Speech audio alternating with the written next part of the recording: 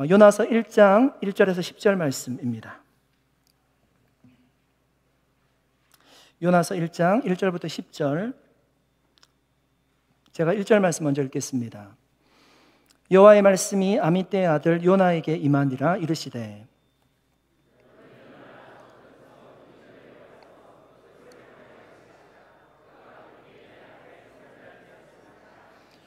그러나 요나가 여호와의 얼굴을 피하려고 일어나 다시스로 도망하려 하여 욥바로 내려갔더니 마침 다시스로 가는 배를 만난지라. 여호와의 얼굴을 피하여 그들과 함께 다시스로 가려고 뱃삭을 주고 배에 올랐더라.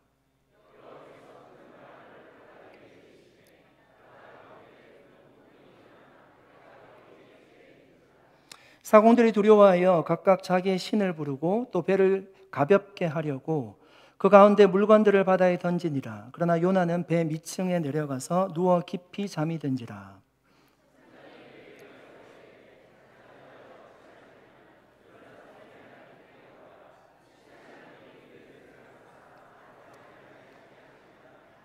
그들이 서로 이르되 자 우리가 제비를 뽑아 이 재앙이 누구로 말미암아 우리에게 임하였나 알아보자 하고 곧 제비를 뽑으니 제비가 요나에게 뽑힌지라.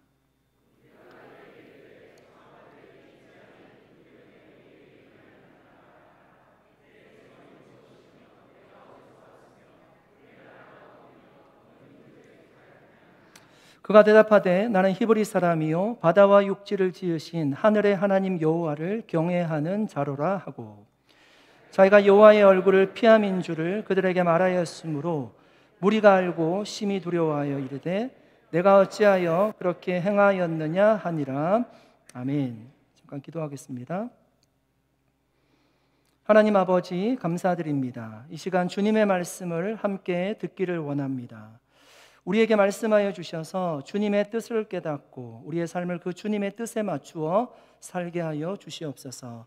감사드리며 예수님의 이름으로 기도드립니다. 아멘. 제가 한 교회에 초대받아서 설교를 하러 갔던 적이 있습니다. 그때 설교했던 본문이 요나서 말씀이었습니다. 말씀을 마치고 식사를 하는데 한 분이 제게 말씀하셨습니다.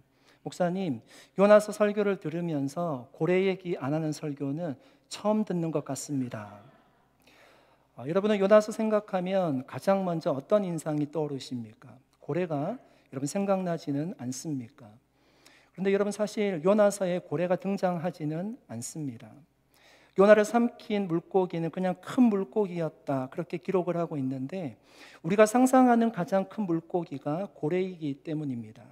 아이들 그림 성경에도 늘 나와 있는 어류가 바로 고래이기 때문에 우리는 늘 고래를 생각하게 됩니다. 그러나 여러분 요나서의 주인공은 고래가 아닙니다. 성경은 동물이 주인공이 될 수 없습니다. 아담과 하와를 유혹했던 뱀이 주인공이 될 수 없고요. 예수님을 태웠던 나귀가 성경의 주인공이 될 수 없습니다. 엘리야에게 아침 저녁으로 떡과 고기를 먹여주었던 까마귀가 주인공이 될 수 없습니다. 성경의 주인공은 동물이 아니라 사람이고 그 사람을 사용하시는 하나님이 주인공입니다. 요나를 생각할 때 우리가 고래만 생각한다면 하나님이 굉장히 마음 아파하실 것 같습니다. 제가 이렇게 말씀을 드려도 코끼리 생각하지 말라고 하면 코끼리를 더 생각하듯이 아마 요나서 생각하면 고래가 더 많이 생각날 것 같습니다. 여러분 요나서가 우리에게 주고자 하는 중심 메시지는 무엇일까요? 1절 말씀 한번 읽어보겠습니다. 여호와의 말씀이 아미떼의 아들 요나에게 임하니라. 이르시되 여러분 여호와의 말씀이요 아미떼의 아들 요나에게 임하였습니다. 여러분 구약시대 때 하나님의 말씀이 임하는 사람들은요 특별한 사람들이었습니다. 선지자들이 하나님의 말씀을 받아서 일반 백성들에게 전하였습니다. 그러니까 지금 요나는 선지자로서 활동을 하고 있던 시대였습니다.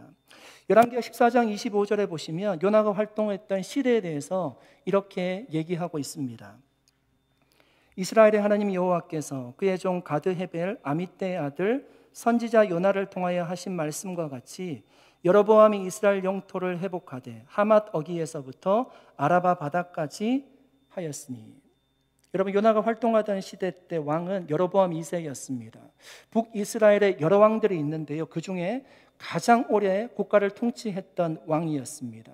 41년 동안 국가를 통치했어요. 국가가 아주 부유했고 가장 영토가 넓었던 때였습니다. 그런데 국가가 부유하다고요, 신앙의 부유를 보장해 주지는 못했습니다. 그는 악한 왕이었습니다. 그래서 그 왕에게 하나님의 말씀을 전할 사람이 필요했고 백성들에게 하나님의 말씀을 전할 선지자가 필요했던 것입니다. 그때 활동했던 선지자가 바로 요나였습니다. 하나님이 요나에게 주신 첫 번째 미션이 무엇이었습니까? 2절에 이렇게 얘기합니다. 너는 일어나 저 큰 성읍 니느웨로 가서 그것을 향하여 외치라. 그 악독이 내 앞에 상달되었음이니라 하시니라.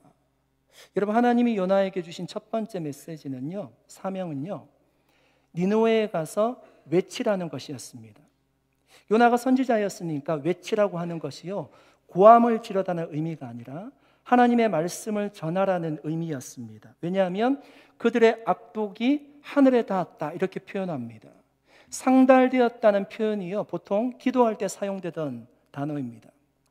그러니까 니느웨 성에 살고 있는 사람들이 지금 너무너무 고통 가운데 살아가는 것입니다. 그들의 호소가요, 억울한 호소가 하늘에 닿았다는 의미입니다. 하나님이 그 모습을 보시고 긍휼히 여기셨습니다.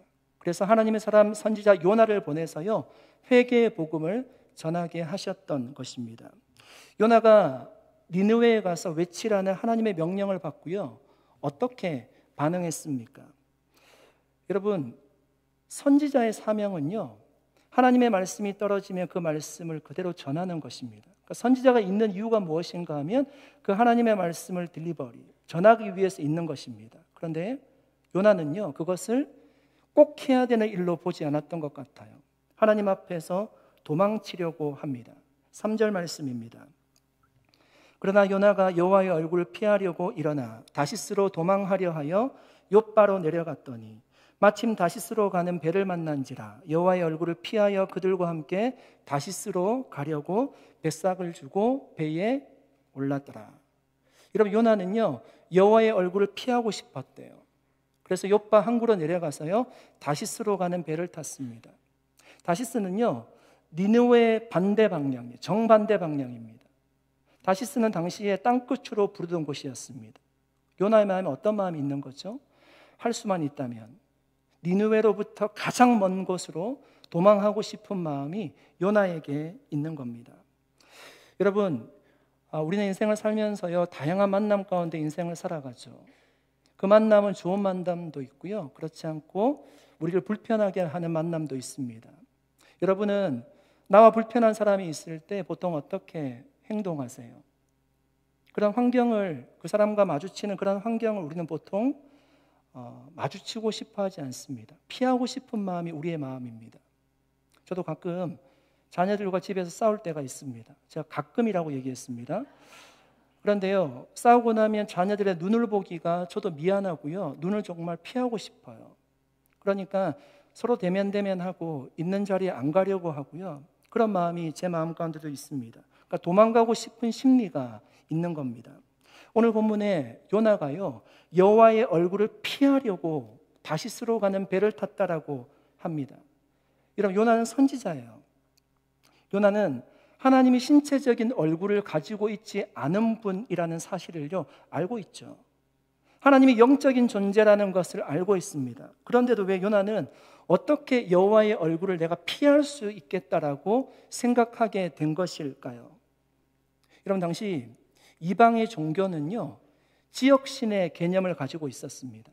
그러니까 A 지역을 다스리는 신이 있고요, B 지역을 다스리는 신이 있는 겁니다. 그런데 A에 살다가 내가 B로 이사를 오면 B의 신을 섬겨야 된다라고 사람들이 생각하던 때였습니다. 이스라엘 백성들이 광야 생활을 하고 드디어 가나안 땅에 도착을 했습니다. 가나안 땅에 도착을 하니까 정말 휘황찬란하고요, 문화가 너무너무 발전해 있습니다. 보니까 그 땅의 풍요의 신이 그 땅을 축복한다라고 사람들이 생각한 것입니다. 아, 그래, 우리가 이 신을 섬겨야 되겠다. 그 신이 누구이죠? 바알과 아세라였습니다. 요나가 지금 그런 지역 신의 개념을 가지고 있었기 때문에 이스라엘을 멀리 떠나게 되면 내가 하나님의 눈앞에서 사라질 거라고, 숨을 수 있을 거라고 그렇게 생각했던 것일까요? 9절 말씀 한번 읽어보겠습니다. 그가 대답하되 나는 히브리 사람이요 바다와 육지를 지으신 하늘의 하나님 여호와를 경외하는 자로라 하고. 여러분, 요나는요, 하나님이 하늘과 육지를 지으신, 바다와 육지를 지으신 분이라는 사실을 알고 있었습니다. 이게 어떤 고백이죠? 하나님이 천지를 창조하심을 믿었다는 것이고, 하나님께서 온 우주 만물 가운데 편재해 계신다는 그 사실을 믿었다는 것입니다. 하나님이 영적인 존재라는 것을 믿었다는 거예요. 그러니까 요나가 단순히 하나님의 얼굴을 피하려고 멀리 도망치면 숨을 수 있다라고 생각한 것은 아니었을 것입니다. 단지 하나님이 주신 사명을 그 정도로 내가 감당하기가 어렵고 그 소명을요 그냥 하기 싫은 겁니다. 하나님의 뜻, 하나님의 마음을 알지만 그것 자체가 나에게 너무나 부담스러운 겁니다. 거기서 피하고 싶은 마음이에요. 그것이 여호와의 얼굴을 피하려고 했다는 의미입니다. 왜 요나는 여호와의 낯을 피하여서 땅끝이라고 불리는 다시스로 도망하리만큼 니느웨에 가서 복음 전하는 것을 싫어했을까요? 2절에 보니까 니느웨는 큰 성읍이었대요. 당시에 강력한 국가가 아수르라는 나라였는데요, 그 아수르의 수도가 니느웨였습니다. 아마 요나는 당시 아수르가 정복 전쟁을 하면서 많은 나라를 점령하던 시대인데 많은 국가들이 힘들어하고 많은 사람들이 고통 속에 있는 것을 보고요, 내가 선지자이지만 그 땅에 가서, 적국에 가서 이스라엘 고통스럽게 하는 그 나라에 가서 내가 복음 전한다는 것이 너무나 하기 싫은 일이었을 것입니다. 그런데 그 하나님이 복음 전하라고 하십니다. 여러분, 여러분이 요나라면, 제가 요나라면 우리가 어떻게 행동했을까요? 발걸음이 쉽게 떨어졌을까요? 일제강점기에 활동했던 고 윤동주 시인이란 분이 계십니다. 그분이 독립운동가라도 이렇게 사역을 하셨습니다. 우리가 잘 알고 있는 서시 별 해는 밤, 이런 시를 쓰신 분입니다. 그분의 사촌 동생이 누군가 하면 세시봉 가수로 활동했던 윤형주 씨입니다. 온누리교회 장로님이십니다. 윤형주 장로님의 아버지가 고 윤동주, 그러니까 조카가 되는 거죠. 그분에게 일본에서 유학할 수 있도록 길을 열어주신 분입니다. 주선하신 분이십니다.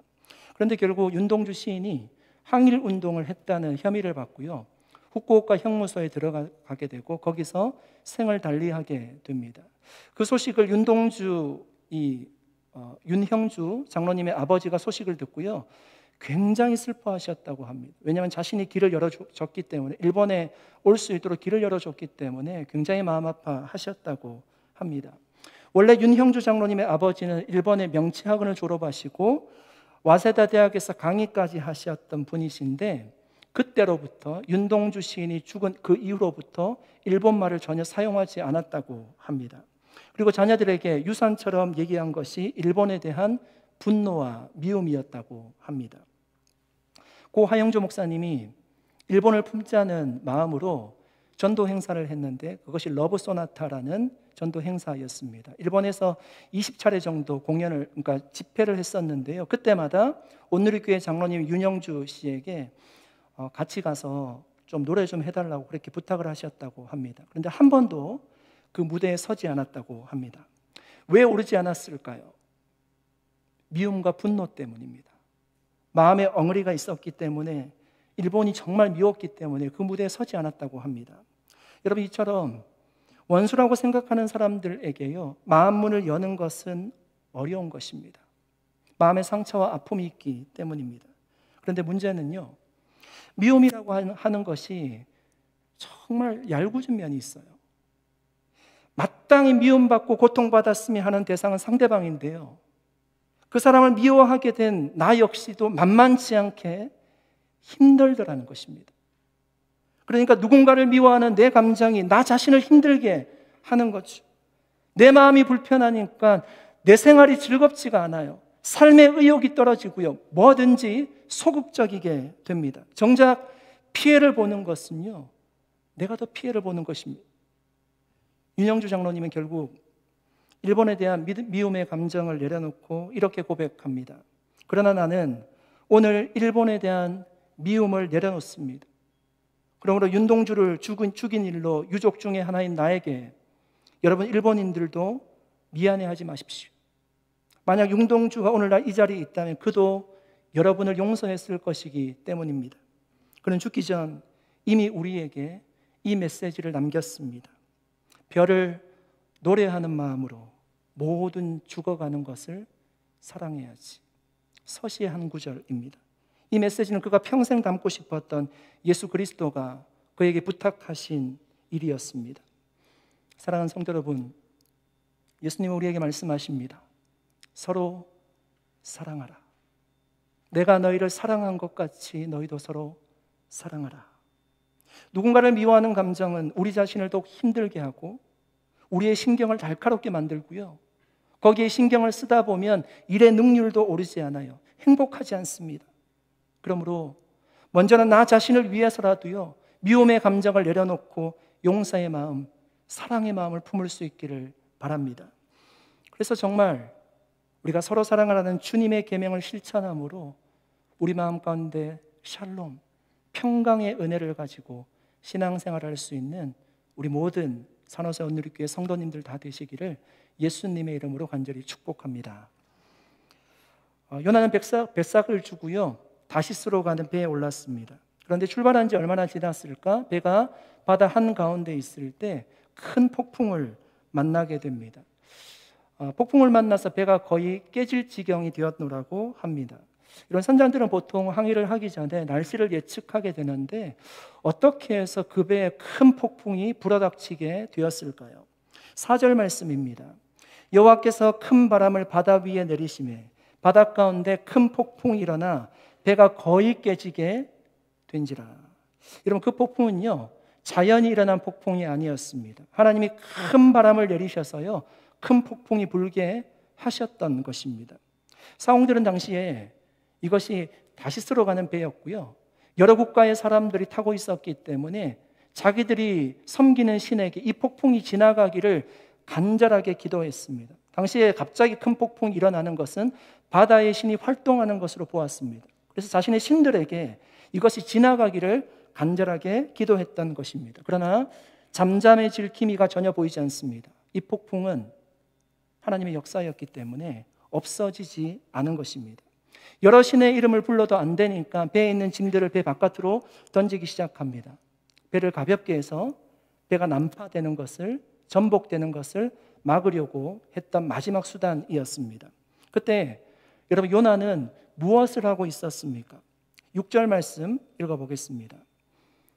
가능하신 분들 한번 같이 읽어주시면 좋겠습니다. 선장이 그에게 가서 이르되 자는 자여 어찌함이냐, 일어나서 내 하나님께 구하라.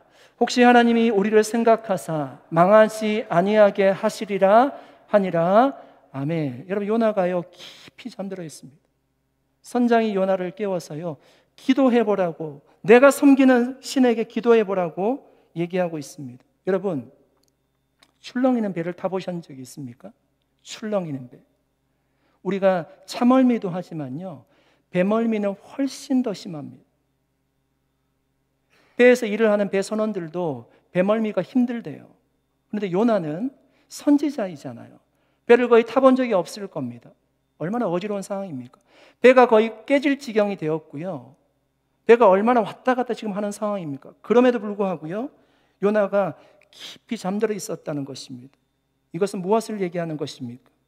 요나가 정말 영적으로 깊이 잠들어 있다는 것을 우리에게 보여주는 겁니다. 여러분, 이렇게 영적으로 잠들면요, 이방인 선주에게 정말 수치스러운 얘기를 듣습니다. 선주가 뭐라고 얘기하죠? 자는 자여 어찌함이냐, 일어나서 내 하나님께 구하라. 여러분, 요나가 선지자예요. 영적으로 가장 깨어 있어야 될 사람이에요.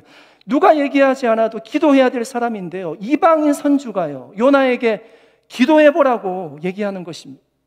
여러분, 우리는 이 선장의 얘기를 통해서 우리가 하나님을 떠나게 될 때 얼마나 수치스럽게 되는지를 알 수 있습니다. 히브리 원문으로 이 부분을 보시면요, 참 흥미로운 점이 있습니다. 3절에 요나가 배를 타기 위해서 욥바 항구로 내려갔다는 표현이 있습니다.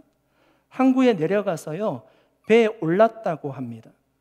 그런데 그 올랐다는 표현이요, 원문에는 내려갔다는 표현이에요. 그러니까 한국 사람들은 배를 탄다는 표현을요, 배에 오르다 이렇게 표현을 하잖아요. 그러니까 번역을 배에 오르다라고 표현한 것입니다. 원래는 내려갔다는 표현이에요. 5절에 보면 그가 잠을 자기 위해서 배 밑층까지 또한 내려갔다라고 얘기하고 있습니다. 여러분, 이것은 하나님이 의도적으로 요나가 지금 내려가고 있는 상황이라는 것을 보여주는 거예요. 욥바로 내려가고 배에 내려가고 배 밑창으로 내려가는 모습을 보여주고 있죠. 언제 요나가 여러분 내려가는 인생을 살았습니까? 하나님을 떠날 때, 하나님의 얼굴을 피하려고 도망칠 때 요나는 내려가는 인생을 지금 살고 있다는 거예요. 자유한 것이 아니라, 하나님을 떠나면 괜찮은 것이 아니라 영적으로 점점 더 하나님과 멀어지는 인생을 살아가고 있다는 얘기입니다. 이방인 선주에게 여러분, 선지자가 너희 하나님께 기도해보라고 수치스러운 인생을 살게 되는 거죠. 사랑하는 여러분, 여러분은 하나님을 떠나고 싶은 마음이 든 적이 있으십니까? 우리가 신앙생활 하다고요, 그런 위기를 만날 때가 있습니다. 여행을 떠나고 싶을 때가 있습니다. 그때 여러분 훌쩍 여행을 떠났다고 한번 생각해 보세요. 아무런 조치를 하지 않았어요. 회사에 휴가서도 내지 않았고 가족들에게도 얘기하지 않았습니다. 그런데 그렇게 여행을 떠나서 그 여행지에서 정말 자유롭게 쉴 수가 있을까요? 하나님을 떠나는 것 쉽습니다. 내가 믿음이 흔들릴 때, 아무리 기도해도 하나님의 기도에 응답이 없을 때, 하나님 이것만은 들어주셔야 됩니다라고 기도했는데 기도에 응답이 없을 때, 심한 죄책감이 눌릴 때, 하나님 얼굴 뵐 면목이 없을 때, 아니면 어떠한 말에도 감동이 없는 신앙의 매너리즘에 빠졌을 때, 내가 이 신앙을 유지해야 되나 싶을 때도 있습니다. 하나님 떠나고 싶을 때가 있어요. 그러나 여러분, 그렇게 하나님을 떠나는 즉시 우리는 점점 더 영적인 어두운 터널 속으로 들어갈 수 있다는 것을 기억해야 됩니다. 요나가 지금 배 밑창에서 그걸 보여주고 있어요. 아무리 어떠한 외부적인 환경에도 요동하지 않고 잠을 자는 모습, 영적인 침체를 보여주고 있는 것입니다. 사랑하는 여러분, 신앙생활 하시다가 하나님을 떠나고 싶은 유혹이 있다면, 든다면, 여러분 오히려 그때 하나님을 더 찾을 수 있기를 축복합니다. 하나님은 우리가 무엇을 원하는지 알고 계시기에 우리의 문제에 귀 기울여 주십니다. 우리의 고통, 우리의 아픔, 우리의 기도 하나님이 다 듣고 계십니다. 그러므로 떠나고 싶은 유혹이 있을 때 오히려 주님 앞으로 더 가까이 나아가 그 문제를 해결받고 하나님이 인도하시는 선한 길로, 생명을 살리는 길, 은혜 넘치는 길로 걸어갈 수 있는 저와 여러분 되시기를 예수님의 이름으로 간절히 축복합니다. 사람들이 흔히 얘기하듯이 인생은 한 방이란 말이 있습니다. 작년에 미국의 파워볼 복권 1위 당첨금이 얼마였을까요? 여러분 아시는 분 없죠? 네. 20억 4천만 불이었습니다. 아무도 안 놀라시죠? 왜 안 놀라시는가 하면 감이 없기 때문이에요. 한국 돈으로 얼마인가 하면 2조 7천억 정도 되는 겁니다. 그래도 안 놀라시잖아요. 제가 그래서 이렇게 2조 7천억 정도는 누가 가지고 있는 돈인가 이렇게 설치를 해봤습니다. 한국의 대기업 이렇게 설치를 해보니까 10대 그룹 안에 들어와야지만 그 오너가 가질 수 있는 돈이 2조 정도 되더라고요. 그러니까 한 방에 2조 7천억을 가졌다는 것은요, 엄청난 거죠. 그러니까 그런 행운이 나에게도 오기를 바라는 마음으로 복권을 사는 것 같습니다. 그런데 저는 이제 동안 그 두루마리 휴지 하나도요, 이렇게 경품으로 당첨된 적이 별로 없는 것 같습니다. 작년에 제가 가을 때 체육대회를 했었는데 그때 제가 이게 래프를 뽑았거든요. 그리고 옆에 있는 집사님이 이제 읽어주셨는데 우리 가정도 이제 하나 래프를 받았죠. 그래서 아이들이 이제 그 래프를 가지고 있는 겁니다. 근데 아빠가 이 지금 이걸 뽑잖아요. 근데 우리 가정은 안 되는 거죠. 그래서 아이들이 저한테 와서 물어봅니다. 아빠, 우리 것도 좀 뽑아. 나도 뽑고 싶어요. 근데 안 뽑히는 거잖아요. 그렇죠? 이게 안 뽑히는 겁니다. 근데 결국엔 이제 끝에 뽑혀서 제가 제일 좋아하는 커피를 가지게 되었습니다. 그러니까 이런 어떤 당첨은 우리가 원하는 당첨입니다. 그럼 태국에는 이게 군대 징집을 할 때 먼저는 지원병을 모집한다고 해요. 지원병의 경우는 대졸은 6개월, 그리고 고졸은 1년만 복무하면 된다고 합니다. 지원병으로 부족한 자리는 어떻게 채우는가 하면 제비뽑기를 통해서 이제 채운다는 겁니다. 그러니까 청년들이 신체 검사를 받고요, 한 명씩 나가서 이제 제비를 뽑는 것입니다. 제비를 뽑을 때 검은색이면 면제, 빨간색이면 2년 동안 군 복무를 해야 됩니다. 그때 이제 한순간에 희비가 이제 갈리는 것입니다.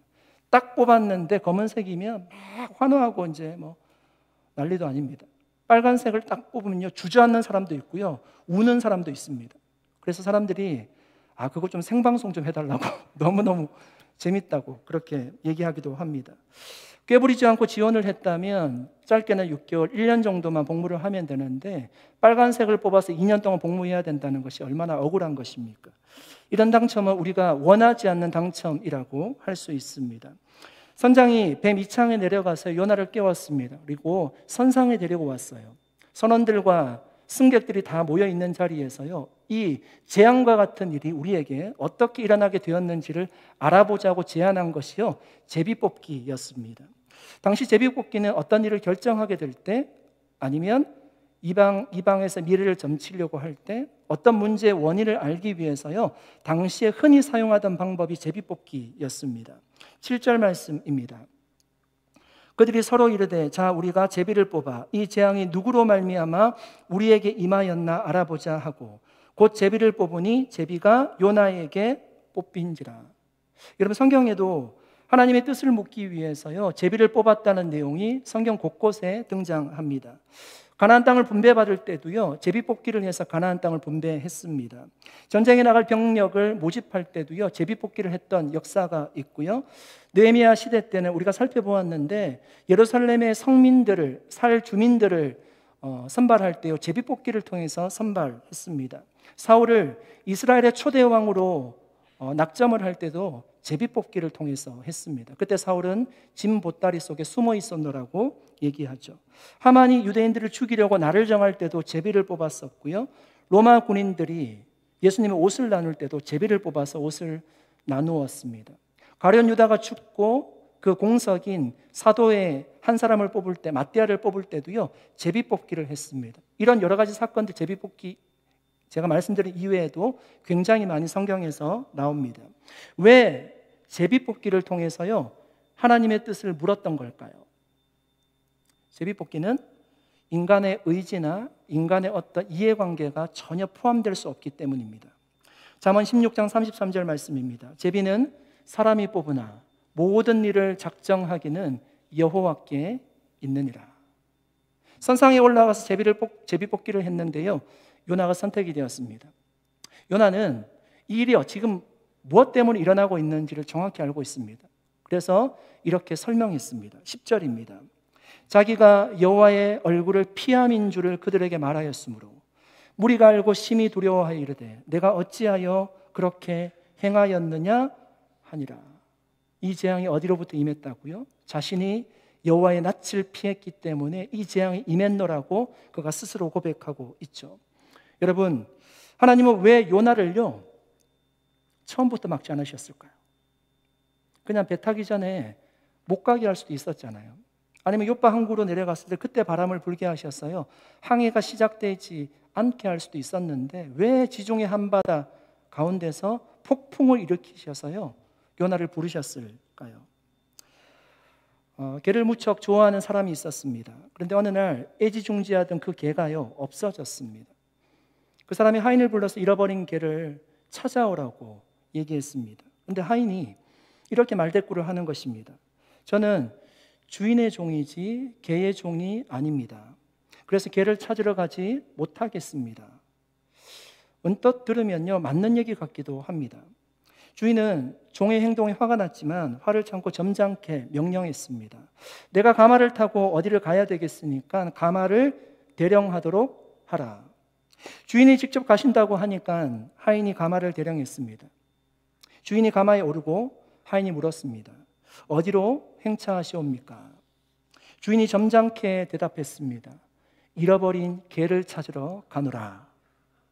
그럼 처음부터 주인의 말에 순종했다라면 가마도 매지 않고 편하게 개를 찾으러 갈 수 있었을 것입니다. 그런데 가마의 주인을 매고요, 아마 10배 이상 힘든 그 노동을 해야 했을 겁니다. 요나도 처음부터 순종했으면 좋았을 겁니다. 하나님 처음부터 요나를 막지 않으시고 바다 한가운데서 큰 폭풍을 내리시고 요나를 부르신 것은 요나를 완전히 거꾸로뜨리기 위함이었습니다. 절망의 나락으로 떨어져 봐야지만 자신이 얼마나 잘못했는지를 철저하게 깨달을 수 있기 때문입니다. 무겁게 가마를 들고 개를 찾으러 가봐야지. 처음에 얘기할 때 순종하는 것이 얼마나 복된 것인지를 그가 깊이 알았던 것과 같은 이치입니다. 사랑하는 성도 여러분, 혹시 하나님과 멀어졌지만 평안하다라고 느끼고 계시지는 않습니까? 지금은 바다를 항해하는 중에 있습니다. 하나님의 폭풍을 일으키지 않으셨어요. 그냥 지켜보고 계시는 겁니다. 지혜로운 사람은요, 큰 폭풍이 일어나기 전에 자신의 잘못을 깨닫고 하나님 앞에 돌이키는 사람이 지혜로운 사람입니다. 지금 걸음을 멈춰야 됩니다. 너무 멀리 가면요, 고통이 심해져요. 바다에 빠지게 되고 큰 물고기에 먹히게 되고요, 요나가 얼마나 고통당하는지를 보십시오. 사랑하는 여러분, 주님은 우리의 인생에 폭풍 주시기를 기뻐하시는 분이 아니십니다. 폭풍도 사실은 하나님의 사랑이에요. 왜냐하면 폭풍을 통해서 하나님께로 인도하시기 위한 하나님의 손길이 있기 때문에 그렇습니다. 그러나 그 폭풍요, 피할 수만 있다면 피하셔야 됩니다. 폭풍을 만나기 전에 전조가 있어요. 날이 어두워지기도 하고 바람이 불기도 하고 동물들이 빨리 움직이기도 한다고 합니다. 그 전조가 있을 때 가던 길을 멈추고요, 내가 지금 살아가고 있는 이 길이 맞는지를 점검해 보아야 돼요. 그리고 아니라면 하나님께 그 즉시로 달려가야 됩니다. 그때 하나님은 폭풍을 거두시고 우리 앞에 밝은 희망이 있는 새날을 허락해 주실 줄로 믿습니다. 사랑하는 여러분, 하나님 우리를 사랑하십니다. 처음부터 주님이 말씀하시면 순종하는 삶을 살아갈 수 있기를 축복합니다. 혹시나 폭풍이라서 내가 위태로울 때요, 하나님은 멀리하는 것이 아니라 더 가까이 나아가야 됩니다. 그리고 내가 가고 있는 길이 맞는지를 확인하고 주님 앞에 걸어가 정말 주님이 주시는 복된 삶 살아갈 수 있는, 평안과 기쁨의 그 마음이 넘치는 삶을 살아갈 수 있는 우리 모든 성도님들 다 되시기를 예수님의 이름으로 간절히 축원드립니다. 같이 기도하겠습니다. 살아계신 하나님, 감사드립니다. 오늘도 하나님이 주신 말씀을 기억합니다. 하나님, 우리를 불편하게 하는 사람들, 어렵게 하는 사람들, 하지만 하나님, 우리에게 자유를 주시기를 원하시는 그 하나님의 마음을 깨닫고 우리가 먼저 마음에서부터 용서하게 하여 주셔서 그리스도의 사랑으로 꼽히는 우리 산호세 온누리 교회가 되게 하여 주시옵소서. 내가 가는 길이 맞는지 늘 점검하게 하여 주시고 폭풍이 일어나기 전에 하나님 앞으로 인도함 받는 우리의 인생이 되어질 수 있도록 역사하여 주시옵소서. 감사드리옵고 예수님의 이름으로 기도드립니다. 아멘.